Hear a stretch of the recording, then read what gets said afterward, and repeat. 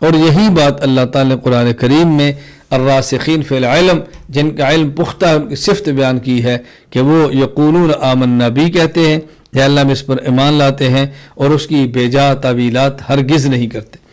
اب یہ جو اللہ کے نبی صلی اللہ علیہ وسلم نے ارشاد فرمایا، اب یہ حدیث پاک حضور پر اترنے والی وحی، یہ ایسا ایک امر ہے جو متشابہ ہے، یعنی اس کی مراد واضح نہیں ہے، جس کا معنی وہ کریں کہ جو مخلوق والا نہ ہو، وہ معنی کریں جو اللہ کی شان کے خلاف نہ ہو، اور اگر یہ معنی نہیں کر سکتے تو آپ سکوت اختیار کریں اور یہ کہہ دو کہ میں اس کا معنی نہیں جانتا، بس میں اس پر اعتماد کرتا ہوں اور یقین کرتا ہوں کہ جو رسول اللہ صلی اللہ علیہ وسلم نے ارشاد فرمایا وہ سچ ہے۔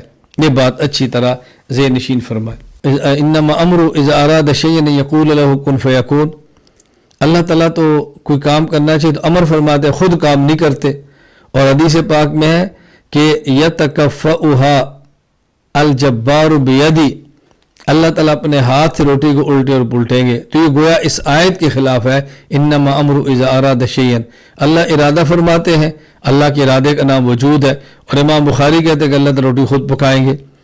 بات اچھی طرح سمجھ لیں۔ اور دوسرا اعتراض کہ اس میں ید کا لفظ ہے، اللہ تعالیٰ تو ہاتھ سے پاک ہے، اللہ لے سکے مثلی شیء ہے، اللہ یہ کام کیسے کرتے ہیں؟ پہلی بات یہ سمجھیں کہ قرآن کریم میں کئی ایک مقامات ایسے ہیں جہاں اللہ تعالیٰ نے فعل کی نسبت اپنی طرف کی ہے۔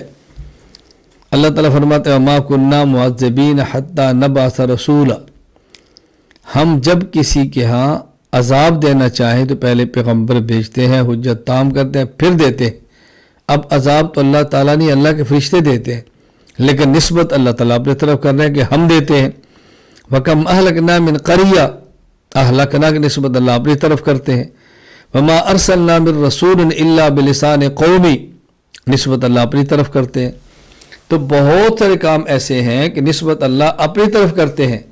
وَمَا مَنَعَكَ أَن تَسْجُدَ لِمَا خَلَقْتُ بِيَدَيَّ، اللہ تعالیٰ فرماتے آدم کو میں نے اپنے ہاتھ سے پیدا کیا۔ اب اس کا معنی یہ نہیں کہ جیسے بندہ بناتا ہے اسی طرح اللہ نے اپنے ہاتھ سے آدم علیہ السلام کے مٹی کی صورت بنائی، ایسا معنی تو نہیں ہے، چونکہ قرآن کریم کے اندر تو ہے نا کہ فَإِذَا سَوَّيْتُ وَنَفَخْتُ فِيهِ مِن رُّوحِي فَقَعُوا لَهُ سَاجِدِينَ، کہ میں نے آدم علیہ السلام کے جسم بنایا، اس میں پھر روح ڈالی۔ اب اس کا معنی یہ تو نہیں ہے کہ جس طرح انسان اپنے ہاتھ سے کوئی ایک جانور بناتا ہے اور پھر اس کے اندر ہوا کو بھرتا ہے تو اللہ تعالیٰ الیاذ باللہ ایسے کیا، یہ معنی ہرگز نہیں ہے۔ میں یہ بات کہنا چاہ رہا ہوں کہ صرف اس حدیث پاک میں نہیں بلکہ قرآن کریم میں کئی مقامات پہ اللہ تعالیٰ فعل کی نسبت اپنی طرف فرماتے ہیں، حالانکہ وہ فعل اللہ تعالیٰ خود نہیں کرتے بلکہ وہ اللہ کے حکم سے ہوتا ہے، لیکن سمجھانے کے لیے نسبت اللہ اپنی طرف خود فرماتے ہیں۔ جیسے فرمایا کہ آدم کو میں نے اپنے ہاتھ سے پیدا کیا، اللہ نے اپنے ہاتھ سے تھوڑا پیدا کیا، دست قدرت سے پیدا فرمایا، اللہ کے کلمہ کن سے پیدا ہوئے۔ یہ بات اچھی طرح ذہن نشین فرما لیں۔ پہلی بات کہ اللہ تعالیٰ نے صرف اس حدیث پاک میں نسبت اپنی طرف نہیں کی، جو کہ رسول اللہ صلی اللہ علیہ وسلم فرما رہے ہیں کہ اللہ تعالیٰ روٹی بناتے ہیں، اس حدیث میں نہیں بلکہ آیات میں بھی بہت سارے افعال کی نسبت اللہ تعالیٰ اپنی طرف فرماتے ہیں، اور فعل کی نسبت کا اللہ کی طرف ہونے کا معنی یہ ہرگز نہیں کہ وہ فعل اللہ تعالیٰ خود سر انجام دیتے ہیں، بلکہ وہ اللہ کے حکم سے ہوتا ہے، اللہ کے ارادے سے ہوتا ہے، اور وہ فعل عام طور پہ مخلوق کرنے سے قاصر ہوتی ہے تو نسبت اللہ تعالیٰ کی طرف ہو جاتی ہے کہ یہ ہم نے کیا ہے۔ ثم قبضنا علینا قبضا یسیرا، قرآن کریم کے اندر ہے۔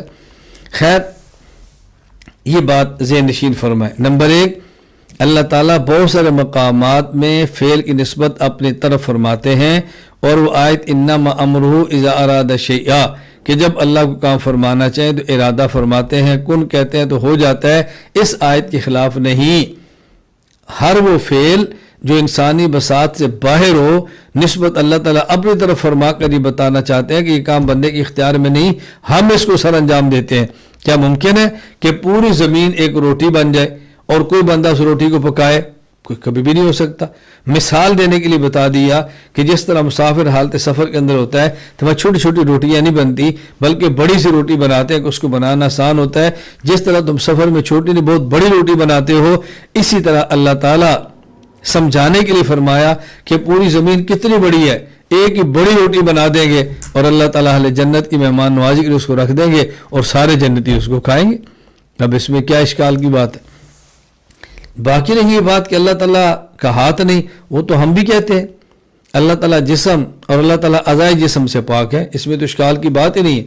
لیکن اللہ تعالیٰ نے کئی ایک مقامات پر وہ لفظ ذکر فرمائے کہ جو بندوں کے لیے بطور اعضاء کے استعمال ہوتے ہیں لیکن اللہ کے لیے بطور اعضاء کے نہیں بلکہ بطور صفت کے استعمال ہوتے ہیں. قرآن کریم کے اندر ہے ان الذین یبایعونک انما یبایعون اللہ ید اللہ فوق ایدیہم، یہاں لفظ ید آیا ہے.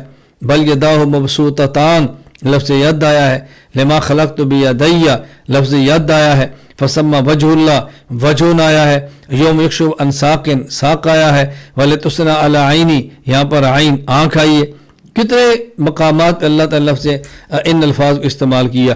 تو جس طرح وہاں ید کا معنی صفت ہے عضو نہیں ہے، وجہ کا معنی صفت ہے عضو نہیں ہے، عین کا معنی صفت ہے عضو نہیں ہے، ساقن کا معنی صفت ہے عضو نہیں ہے، اسی طرح سے حدیث پاک میں یہ اللہ کا عضو مراد نہیں بلکہ اللہ کی صفت ہے.